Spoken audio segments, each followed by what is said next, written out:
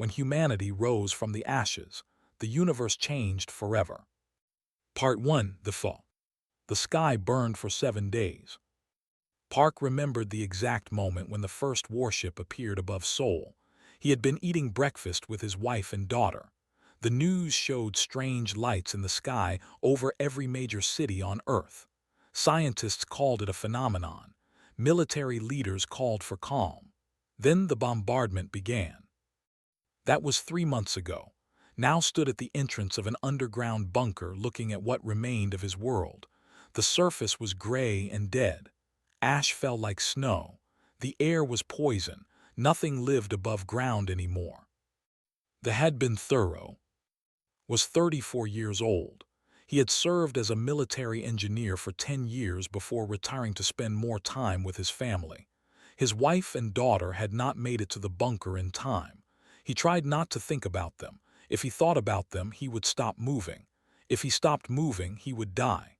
And he had decided that he would not die. Not yet. The bunker held 200 survivors. They had enough food for 6 months, maybe 8 if they were careful. But food was not their biggest problem. Their biggest problem was that they were running out of hope. "We picked up another signal," said a young man named O. He was 22 years old and had been a university student before the attack. Now he was the closest thing they had to a communications expert. "There are survivors in, maybe 300 of them." Nodded. They had found groups in and two. Scattered pockets of humanity, hiding underground like rats. The drones still flew overhead, scanning for signs of life. Anyone who went to the surface during the day was killed within minutes. "How many total?" asked. Checked his numbers. Best estimate, maybe 50,000 worldwide, probably less. 50,000. Earth had held 12 billion people before the attack. Now there were 50,000, hiding in holes and praying for survival. "There is something else," said. His voice was strange. "We received a transmission, not from Earth, from space." Felt his heart beat faster. No, it was in Korean. Someone recorded it before the attack and set it to broadcast on a loop. It talks about a place, a military installation in the mountains north of here. They call it Project Phoenix. Project Phoenix. Had heard whispers about it during his military service. A secret program. Something about alien technology recovered from a crashed ship 20 years ago. He had thought it was just a rumor. "We need to go there," said. "The surface is death," said an older woman named. She had been a doctor before the attack. Now she spent her days treating radiation sickness and trying to keep people alive with limited medicine. "The drones will kill us before we walk 10 kilometers. Then we travel at night," said. "The drones use heat sensors. At night when the surface cools, we have a chance." It took 2 weeks to prepare for the journey. Selected 30 volunteers. They wore thick suits to protect against radiation. They carried weapons they had found in a police station. They knew most of them would probably die. On the first night, they lost 4 people. A drone patrol found them crossing an open field, watched his friends burn and kept running. There was no time to mourn. Mourning was for people who had a future. On the 5th night, they found her. Was hiding in the ruins of a research facility. She was 29 years old, thin and tired, with eyes that had seen too much. Before the attack, she had been working on a classified project. She had studied "I know things about them," she told. "Their biology, their technology, their weaknesses." "They have weaknesses?" asked. Almost smiled. "Everything has weaknesses." She joined their group. She told them about the Dominion, 300 star systems, thousands of warships. They had ruled their part of the galaxy for 10,000 years, and they had done this before. Humanity was not their first victim. They had destroyed dozens of species throughout their history. Any civilization that might one day challenge them was eliminated before it could grow strong. "Why us?" asked. "We had barely left our own solar system." "That is exactly why," said. "They saw our colony ships. They analyzed our growth rate. They calculated that in 500 years humanity would be a serious threat, so they decided to end us now while we were still weak. The group traveled for 3 more weeks. They lost 12 more people. When they finally reached the mountains, only 16 of the original 30 remained. The entrance to Project Phoenix was hidden inside an old mining tunnel. It took them 2 days to find the door. When they opened it, they found something that changed everything.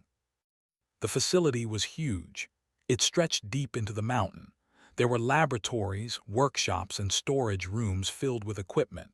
There were living quarters that could hold thousands. There were greenhouses with seeds and soil. Someone had planned for the end of the world. And at the center of it all, there was the ship. It was small, only big enough for a crew of 20, but it was beautiful, sleek and silver with lines that no human engineer had designed. This was the crashed scout ship that had heard rumors about, but it had been rebuilt, modified, improved. "The Phoenix Drive," whispered. She walked around the ship, touching its hull with trembling fingers. They actually did it. They reverse-engineered the faster-than-light engine. "Does it work?" asked. "Only one way to find out." They spent the next month exploring the facility and making contact with other survivor groups. Slowly, people began to arrive. From Seoul, from across the ocean. Americans, Europeans, Africans, Asians. The last remnants of humanity gathering in a hole in the ground. The population of Project Phoenix grew to 5,000. It was not much, but it was a start. One day came running to with news. "We intercepted a transmission," he said. "It was a report to their high command." "What did it say?" His face was pale. "It said that the cleansing of Earth was complete. It said that humanity has been officially declared extinct. They have closed the file on our species. They are not even watching us anymore." Stood in silence for a long moment. Around him, survivors worked on equipment, grew food, and cared for the sick and wounded. Children played in the corridors, somehow finding joy even in this dark place. These were the last humans in existence, and the galaxy had already forgotten them. Then began to laugh. The others looked at him with concern. Perhaps the stress had finally broken him, but was not broken. He was thinking, he was planning. "Do you understand what this means?" he said. "They think we are dead. They are not looking for us. They believe the job is done." "Is that good?" asked. Walked to the window that overlooked the hangar where the Phoenix ship waited. In his mind, he saw not one ship but 100, 1,000. He saw humanity rising from the ashes like the bird of legend. "It is perfect," he said. "Dead people do not need to follow rules. Dead people can go anywhere, do anything. They burned our world and walked away. They think the story is over." He turned to face the growing crowd that had gathered to listen. "But the story is not over. We are still here. And one day we will make them remember us. One day they will learn that they should have made sure we were really dead." He placed his hand on the cold glass. "Let them think we are ghosts. Ghosts do not need to follow rules." Outside, ash continued to fall from the gray sky. But inside Project Phoenix, for the first time since the world ended, humanity began to hope again.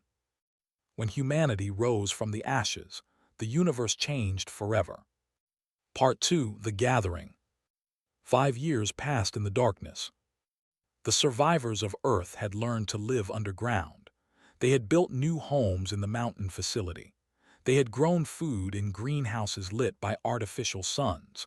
They had raised children who had never seen a blue sky or felt rain on their faces. They had survived. But survival was not enough for Park. He stood in the command center of Project Phoenix, now called simply the Nest by its inhabitants. Around him, screens showed data from the single satellite they had managed to launch in secret. They had truly left. Their warships were gone. Their drones had stopped patrolling 2 years ago. Earth was dead to them, and they had moved on to other conquests. "The Phoenix Drive works," said Lee.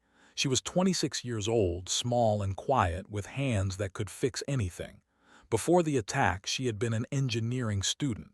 Now she was the most important person in humanity's future. I have made improvements. We can travel faster than any ship. We can go places they cannot follow. Had spent 3 years studying the alien engine. She had not just learned how it worked, she had made it better. The original drive could travel between stars in days. Her modified version could do it in hours. She called her discovery dark corridors, pathways through space that they did not even know existed. "How many ships can we build?" asked. "With our current resources, maybe 20 small ones.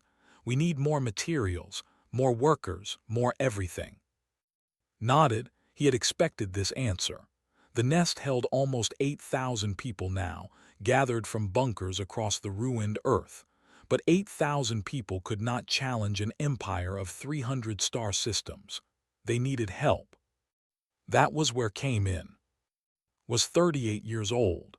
He had worked for the intelligence service before the attack. He was quiet, careful, and very good at making friends. For the past 2 years, he had been doing something that no one thought possible. He had been talking to aliens. "They are ready," reported.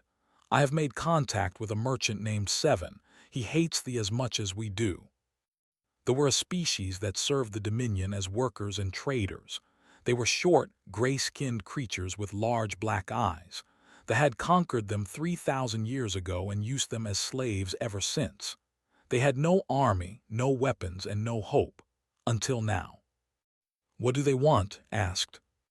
"Freedom," said simply, "same as us." The first meeting happened on a dead moon in a system far from space. Traveled there himself, along with a small security team. It was humanity's first contact with another species since the attack. Everything depended on this moment. Seven was waiting for them in an abandoned mining station.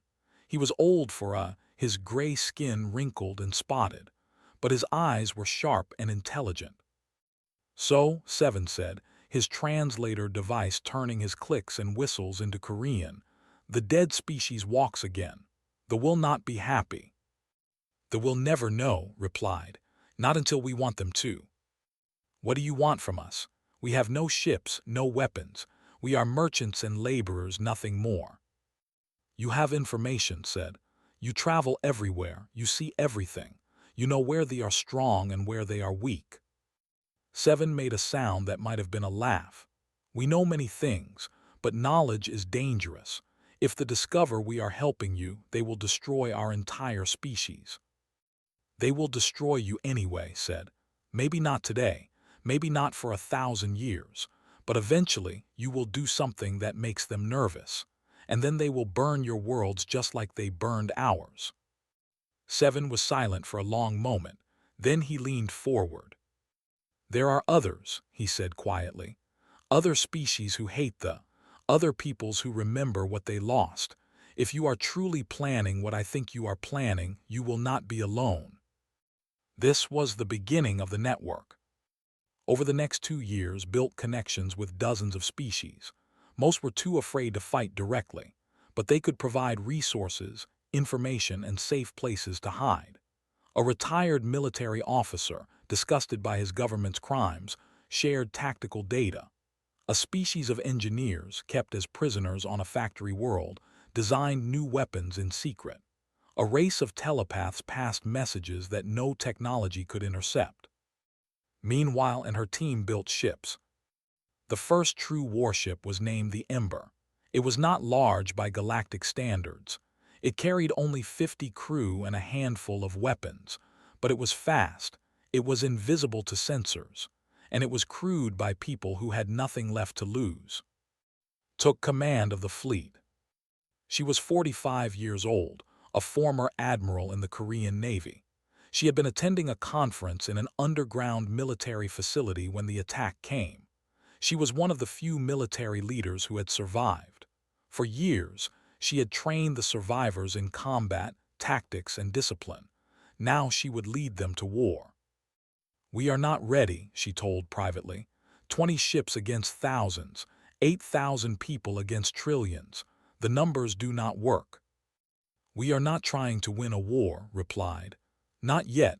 We are trying to start one. We are trying to show the galaxy that they can be hurt, that they can bleed, that they are not gods. Brought news that changed their mission. She had spent years studying the archives that their alien allies had stolen. She had found a terrible truth. Humanity was not random, she told the council. They did not attack us because we were a threat. They attacked us because of our DNA. Our DNA, asked. Human genetics are unique. We adapt faster than any species they have ever encountered. Our immune systems learn. Our brains rewire themselves. Given enough time, we would have evolved beyond anything the galaxy has ever seen. They saw our potential and decided to destroy us before we could reach it. The room was silent. They had known they were cruel, but this was something different. This was fear. The most powerful empire in the galaxy had been afraid of what humanity might become. There is more, continued. I found records of other species with similar potential. They destroyed them all. But 3 species are still alive, marked for future cleansing. They are planning to attack them within the next 50 years. Felt something shift inside him. Until now, their fight had been about survival, about revenge. But this was bigger. This was about protecting others from the same fate. Where are these species? He asked. Scattered across 3 different sectors. They do not know they are in danger. They do not know they are coming. Shook her head. We cannot save everyone. We can barely save ourselves. We cannot ignore this either, replied. We survived when we should have died. That survival must mean something. If we hide in our hole and let others burn, what was the point of living? The council debated for 3 days. In the end, they voted. The decision was close, but the result was clear. Humanity would not just survive. Humanity would fight. The Ember launched on a cold morning, rising from a hidden base on a rogue planet drifting between stars. It carried no flag. It bore no insignia. Its crew had no nation, no government, no official existence. They were ghosts, and they were going to haunt an empire. Watched the ship disappear into the darkness of space. Beside him, stood with her arms crossed. Do you think we can really do this? She asked. Thought about his wife and daughter. He thought about the 12 billion people who had died. He thought about the species still waiting to be destroyed. I do not know, he admitted, but I know we have to try. They wanted to bury us. Instead, they planted seeds. Now it is time to see what grows. Above them, stars glittered like scattered diamonds. Somewhere out there, an empire waited to learn that the dead do not always stay dead. When humanity rose from the ashes, the universe changed forever. Part 3: The Shadow War. The supply convoy never saw death coming. 12 transport ships moved through the darkness between stars, carrying weapons and food to a military outpost.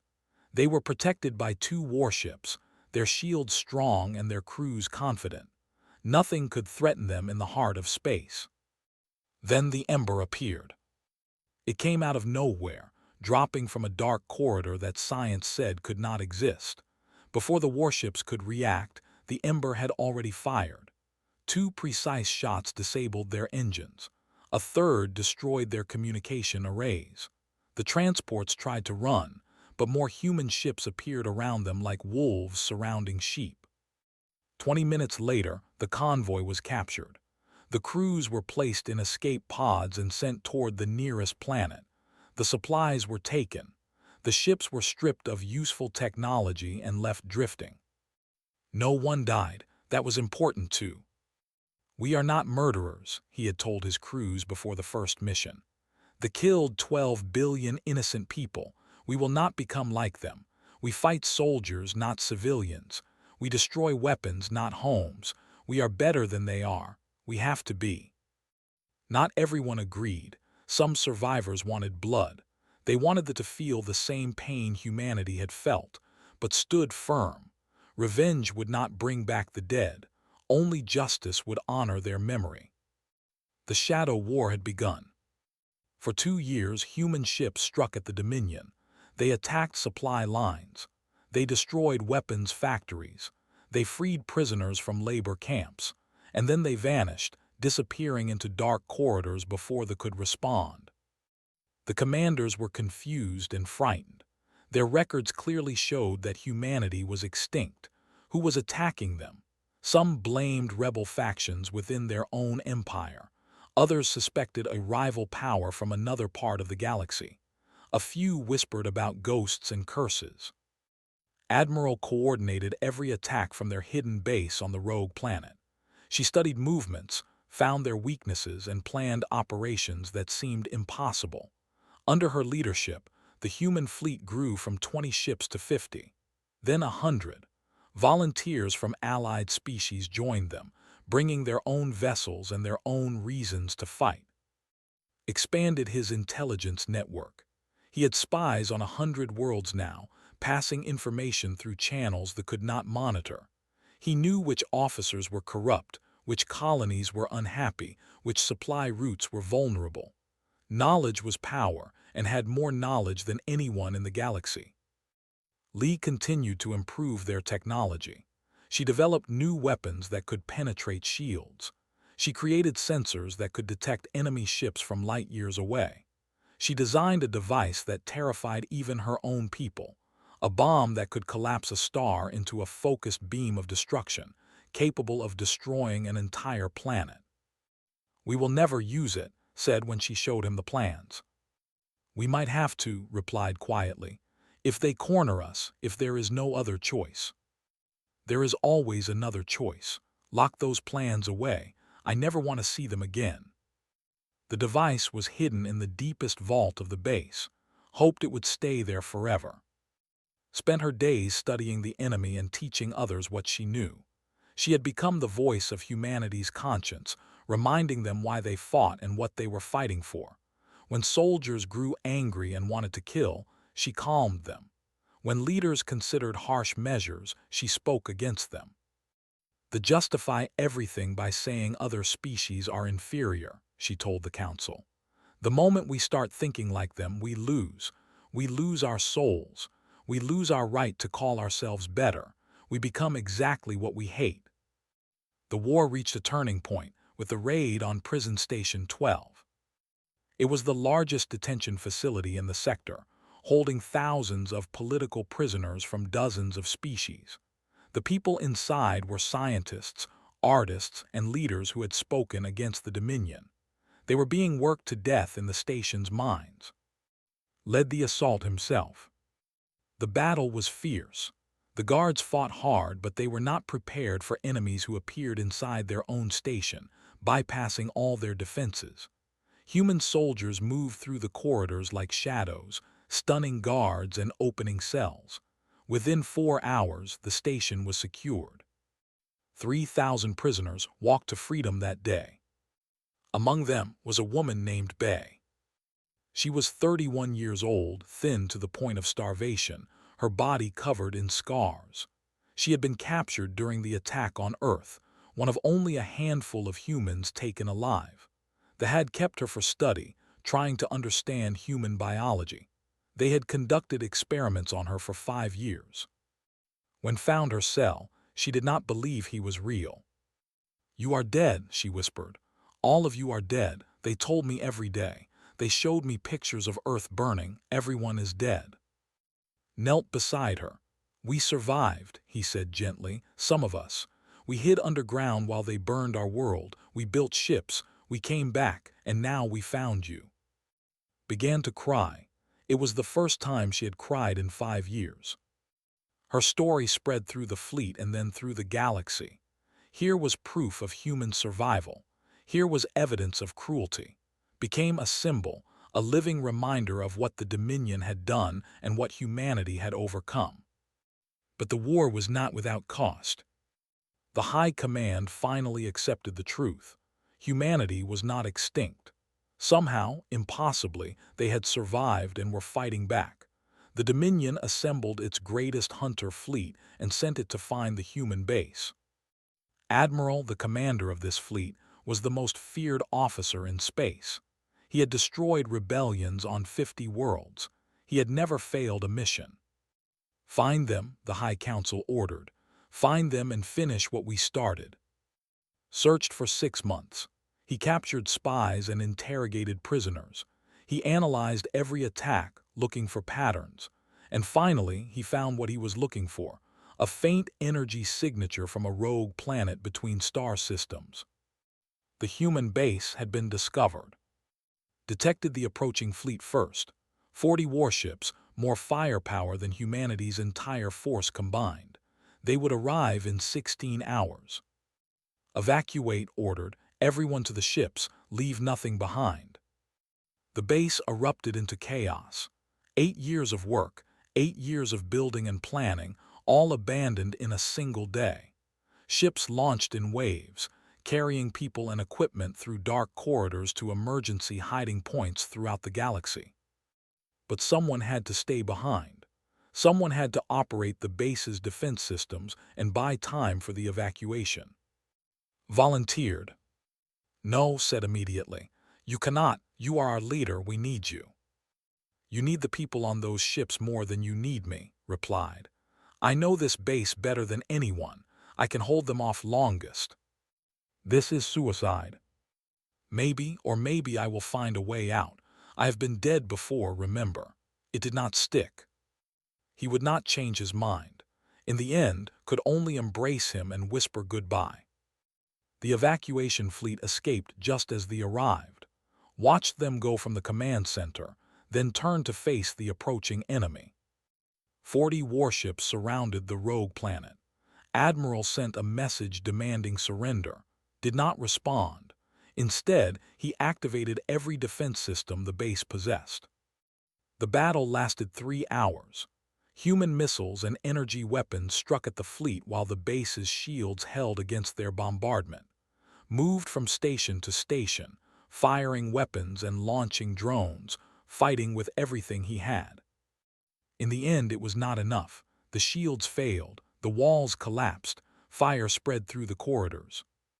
Reached an escape pod just as the command center exploded. He launched into the debris field, one tiny vessel among 1,000 fragments, and drifted into the darkness. Far away, received word that the base had been destroyed. No survivors detected. Park, leader of humanity's resistance, was gone. She stood alone in her quarters on the evacuation ship, looking at the stars. "We have been dead before," she whispered to herself. "Death does not scare us anymore." Then she dried her eyes and went to take command. The war was not over. It had only just begun. When humanity rose from the ashes, the universe changed forever. Part 4: The Revelation. The human fleet hid in a nebula for 3 months. The clouds of gas and dust blocked sensors, giving the survivors time to regroup and heal. But the mood was dark. Their base was destroyed. Their leader was dead. The enemy knew they existed now and was hunting them across the galaxy. Admiral took command of military operations. She was good at her job, calm and steady, but she was not. She did not have his ability to inspire hope in hopeless situations. Became the voice of the council. She spoke at meetings, made decisions, and tried to hold the fragile alliance together. At night, she sat alone and wondered if they had made a terrible mistake.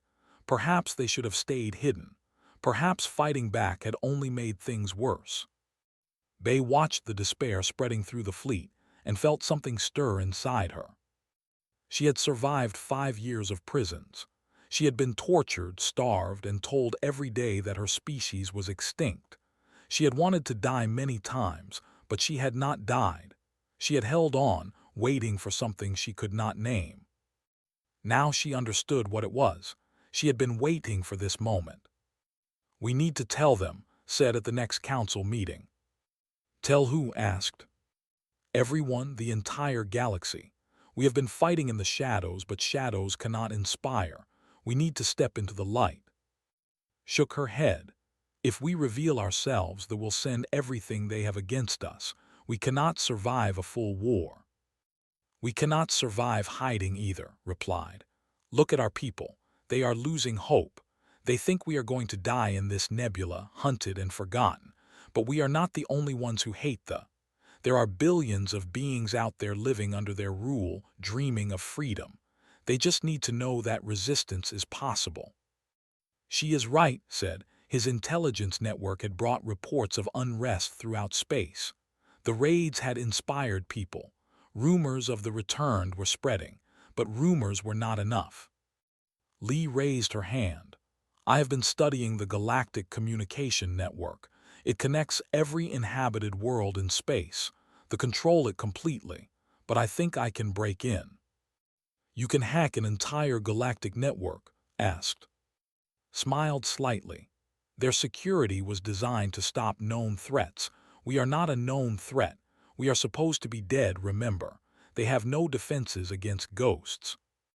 The plan took 2 weeks to prepare. And her team worked day and night, writing code and building equipment. Prepared the message, choosing words carefully.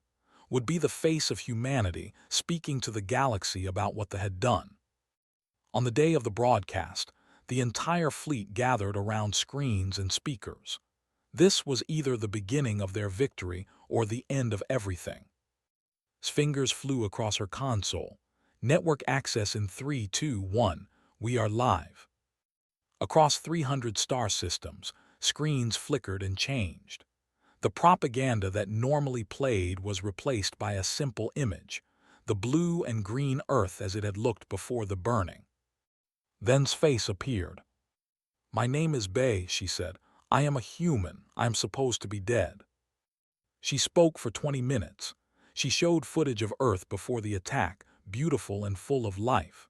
She showed the bombardment, the fire falling from the sky, the cities collapsing into ash. She showed the survivors in their bunkers, the children who had never seen sunlight. She showed records from archives, evidence of previous species they had destroyed, names and faces of civilizations that had been erased from existence because they might one day become a threat. The told you we were extinct, said. They lied, we survived, we rebuilt, we fought back, and now we are telling you the truth they tried to hide. She looked directly into the camera. You are not alone, you do not have to be afraid. They are not gods, they can bleed, they can lose, we have proven this. Join us, stand with us. Together we can build a galaxy where no one has to burn. The transmission ended. For a long moment the human fleet was silent. Then the reports began to come in. On the workers put down their tools and walked away from their jobs. On a dozen factory planets, machines stopped running. On military bases, soldiers found their communications jammed and their supplies cut off. The galaxy was waking up. The Galactic Council, a neutral body that governed species outside control, called an emergency meeting. They had known about humanity's extinction, but had done nothing to stop it. Now they faced evidence of genocide too clear to ignore. 3 major powers announced they were ending their treaties with the Dominion. Trade routes closed. Diplomatic missions were recalled. They found themselves suddenly isolated. And the volunteers came. Ships arrived at the nebula from every direction. Trading vessels loaded with supplies. Stolen cruisers crewed by defectors who had seen the broadcast and refused to serve evil any longer. Strange ships from species humanity had never met, carrying warriors who had lost their own worlds and wanted revenge. Within 1 month the human fleet had tripled in size. It was no longer just a human fleet. It was something new, something bigger. They called it the Phoenix Alliance. Organized the new forces, fitting them into her command structure. Expanded his network, now openly recruiting agents across space. Worked with alien engineers to combine technologies from a dozen civilizations. Continued to coordinate strategy and speak for the council, but something was missing. Someone was missing. Then the message came. A small ship arrived at the nebula carrying a single pilot. He was from the merchant fleet, and he had been salvaging wreckage near the destroyed human base. "I found something in the debris field," he said. "An escape pod. There was someone inside."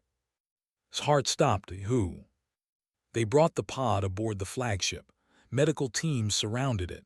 When the hatch opened, pushed through the crowd.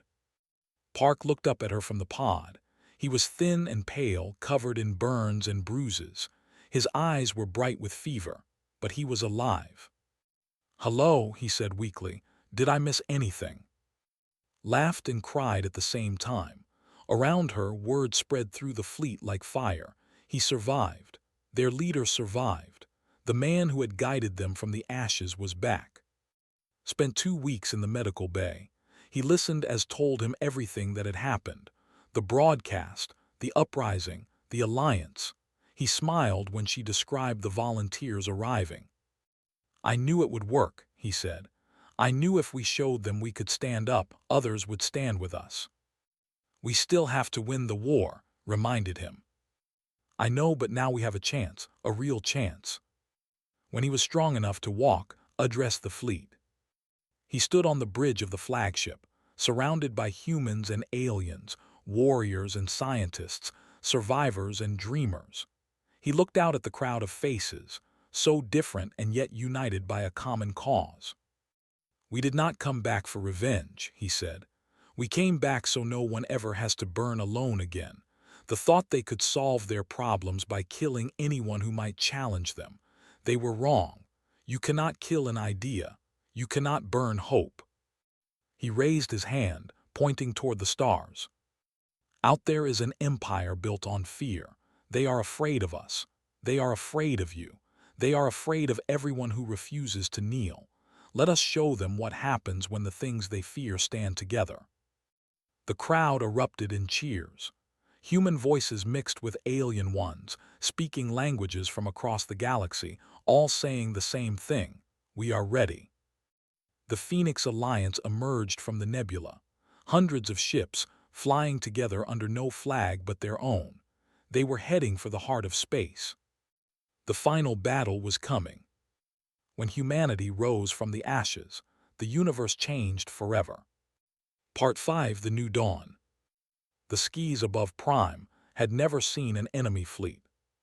For 10,000 years, the Dominion had brought war to others. There was sacred, untouchable, protected by the most powerful defenses in the galaxy. No one had ever dared to attack it. Until now. The Phoenix Alliance arrived through 100 dark corridors, appearing all at once around the planet. 300 ships from 50 species, carrying warriors who had lost everything and had nothing more to fear. They faced twice their number in defenders, but they did not hesitate. Admiral gave the order: "All ships engage." The Battle of Prime began. It was the largest space battle in galactic history. Energy weapons lit up the darkness. Ships exploded into clouds of debris. Thousands died in the first hour alone, but the Alliance kept pushing forward. Lee had given them an advantage. Her dark corridor technology let Alliance ships appear anywhere, striking from unexpected directions, and then vanishing before they could respond. The Dominion's superior numbers meant nothing when they could not predict where the attacks would come from.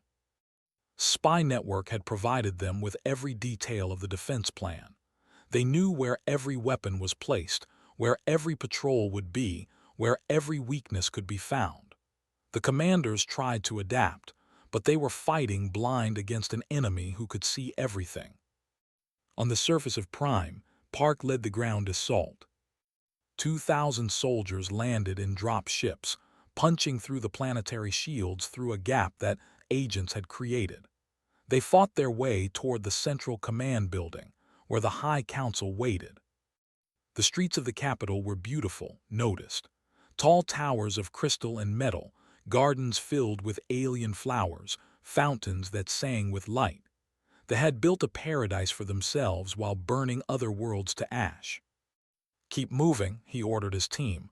"We end this today." Was beside him, carrying a medical kit and a weapon she hoped she would not have to use. Bay was there too, armed with a camera, recording everything for the galaxy to see. "The universe is watching," said. Whatever happens next, they will remember. The soldiers fought hard. They were defending their home, their families, their entire way of life. But the Alliance soldiers had lost their homes already. They had nothing left to protect except each other. Room by room, floor by floor, they pushed toward the command center, lost friends along the way. People he had known since the bunkers of Earth fell beside him and did not get up. He kept moving. He had to. Finally, they reached the doors of the High Council chamber. Inside, the Supreme Commander of the Dominion waited with his personal guards. He was old, his blue skin faded to gray, but his eyes were sharp and cold. He had ordered the destruction of Earth. He had signed the death warrants of billions. "So the vermin have come at last," he said as entered.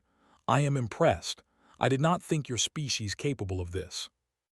"We are capable of many things," replied, "things you never imagined." The Supreme Commander smiled. "Perhaps, but it does not matter, you cannot win.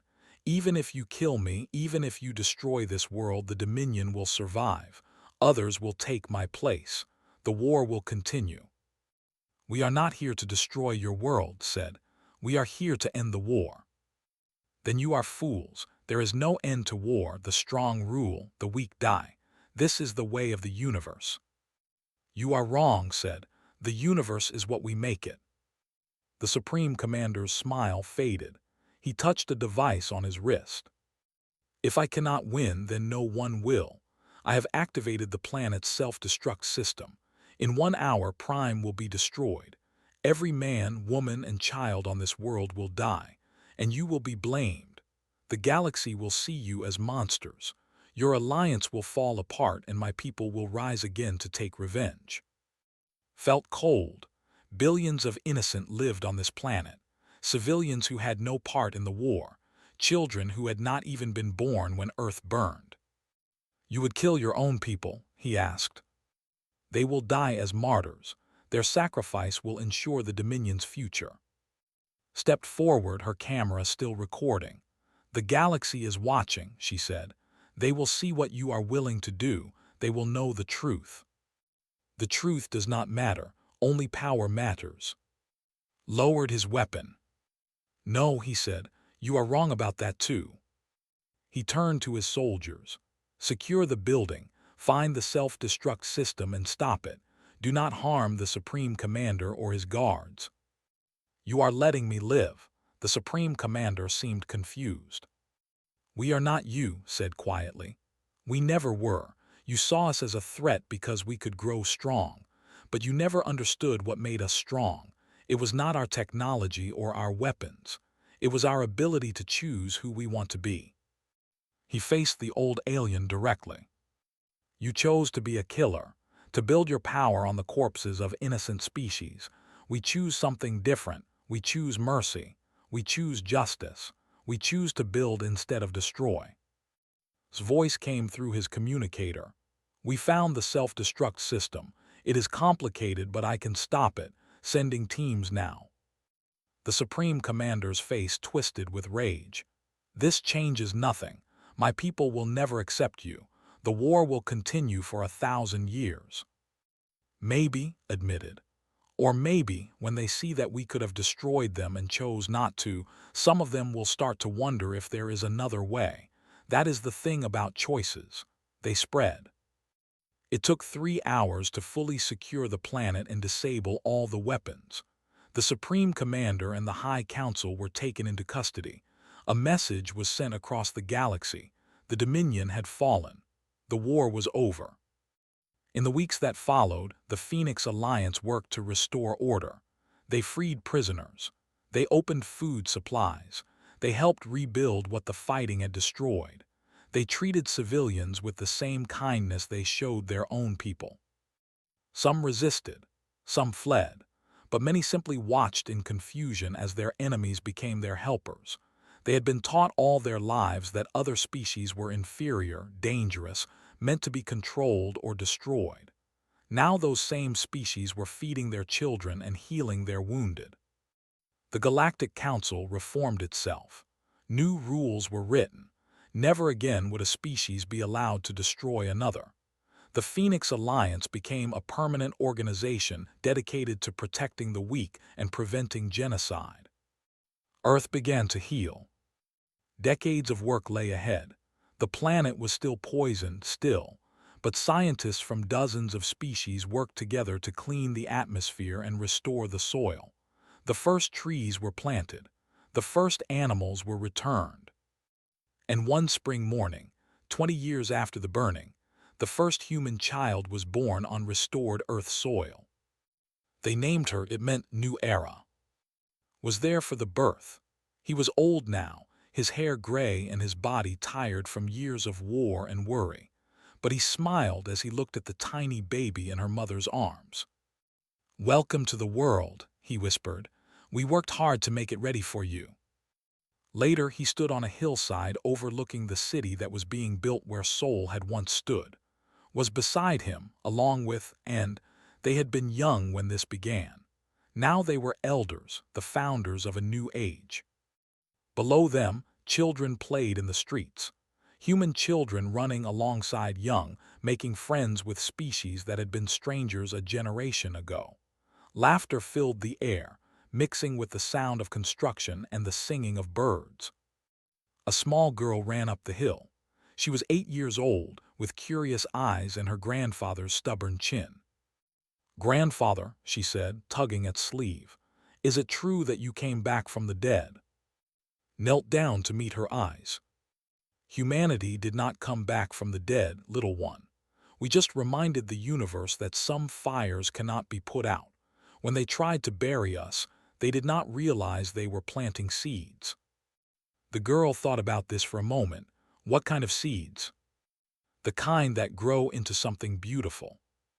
Above them, a formation of ships passed through the sky. Human vessels flew alongside cruisers and ships from a dozen other species, heading outward to explore new frontiers. The universe that had once tried to kill them was now open for them to discover. Took's hand. "Do you ever think about how it started?" she asked. "That bunker under Seoul, 50,000 survivors hiding in the dark." "Sometimes," he admitted, "but I prefer to think about how it ended, or rather how it began." He looked out at the city, the playing children, the clear sky. "They burned our world because they were afraid of what we might become. They should have been, but not because we would conquer them, because we would show them something better." The sun set over the new Seoul, painting the sky in shades of orange and gold. The first stars appeared, distant and bright. Somewhere out there, new civilizations were being discovered. New alliances were being formed. New stories were beginning. And on the world that had once been turned to ash, humanity looked up at the stars and smiled. They had risen from the ashes. They had changed the universe. And they were only getting started.